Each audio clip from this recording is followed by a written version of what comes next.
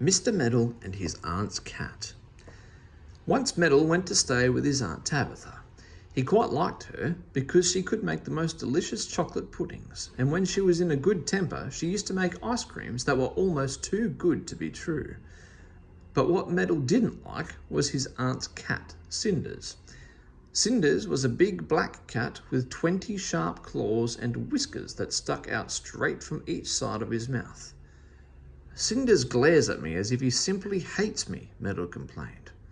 "I'm not surprised," said Aunt Tabitha. "You've trodden on his tail at least 6 times this morning." "Well, he shouldn't leave it laying about," said Meddle. "He should curl it round him like sensible cats do." "He will leave it lying straight out, and I do think, Aunt Tabitha, that you should teach Cinders better manners. Do you know he spat at me yesterday? Well, you've always told me that spitting is very, very rude." "So it is," said his aunt, "but I'm not at all surprised at Cinders being rude to you. You stepped right into his bowl of milk and upset it. And what's more, you didn't bother to get a cloth and wipe it up." "Well, that would have been a waste," said Meddle. "I didn't see why Cinders shouldn't lick up the milk off the floor himself, instead of my wiping it up. You're always telling me not to waste things." "That's enough," said his aunt, "and don't come complaining to me any more about Cinders' behaviour. He doesn't complain about yours." "Well, if Cinders dares to complain about me, I'll, began Meddle. "You'll put him in the dustbin, I suppose," said Aunt Tabitha crossly. "Well, you won't. If I hear of you daring to punish my dear darling Cinders, I'll send you to bed for 2 days. So Meddle didn't dare to smack Cinders, however much he longed to. He just glared at him whenever he passed him, and Cinders glared back. Now Meddle's Aunt Tabitha was very good about collecting paper for salvage. She kept a big sack into which every single bit of waste paper was put, and when it was full, the dustman collected it. Meddle watched it getting fuller and fuller, and he was most interested in it. He put every bit of paper into it that he could. "But Meddle, don't put in today's paper before I've even read it," said his aunt. "And dear me, where is my writing pad? Surely to goodness you haven't put that in. Dear, dear, what a silly fellow you are. I don't know how I put up with you." One day, the sack really was full. Meddle felt sure it could be tied up and sent away. So he went to get some string from his aunt. Whilst he was gone, the cat jumped up onto the sack and sniffed down into it. He always liked paper. It was soft and warm and made a lovely noise. Cinders slipped himself right down into the sack and scrabbled about happily. Then he made himself a nice cosy place and went to sleep. When Meddle came back with the string, he had no idea at all that Cinders had put himself into the sack.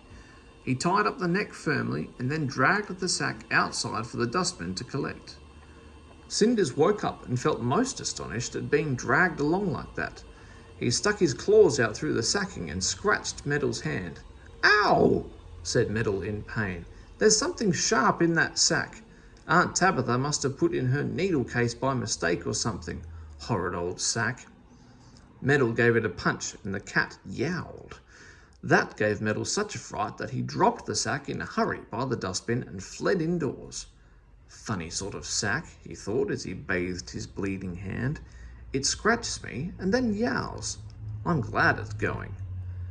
Now Cinders was most annoyed at not being able to get out of the sack. He jumped and scrabbled, he wriggled and struggled, he yowled and mewed and made the sack sway about in the most alarming manner.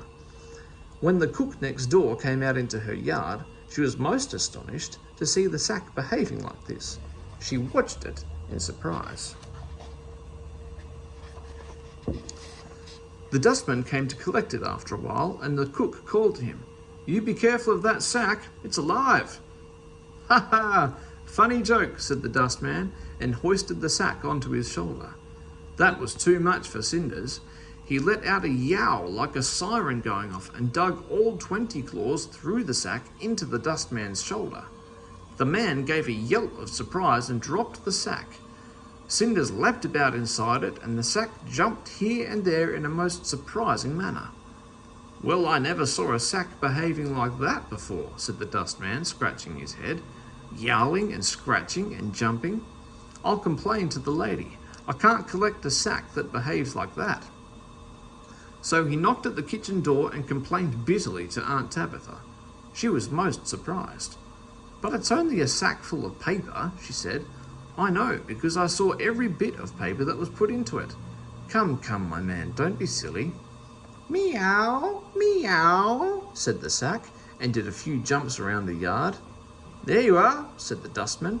You had better undo your sack, lady, and see what's the matter with it. It's my belief there's a tiger or a lion inside. What nonsense, said Aunt Tabitha. She fetched a knife and cut the string at the neck.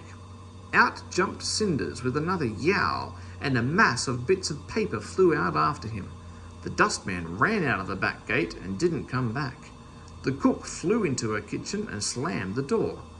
Why, it's Cinders, cried Aunt Tabitha in surprise. My dear darling Cinders.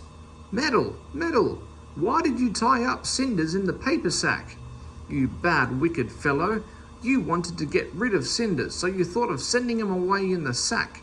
I'll wait till I get you. I'll put you into a sack, so I will. Poor Meddle. He was well spanked with his aunt's hairbrush, and then he had to go to bed for 2 days. His Aunt Tabitha simply would not believe that he didn't know Cinders was in the sack. Meddle wouldn't have minded staying in bed at all, for he was a lazy fellow, but Cinders would sit on his windowsill and wash himself all the time. In between his washing, he glared at Meddle out of his bright green eyes. And I daren't even throw my toothbrush at him, groaned Meddle. Go away, Cinders, you nasty glaring cat. Go away. I really will put you into a sack if you don't. Meow, you won't, meow, said Cinders quite clearly. It really was rather hard luck for poor old Meddle, wasn't it?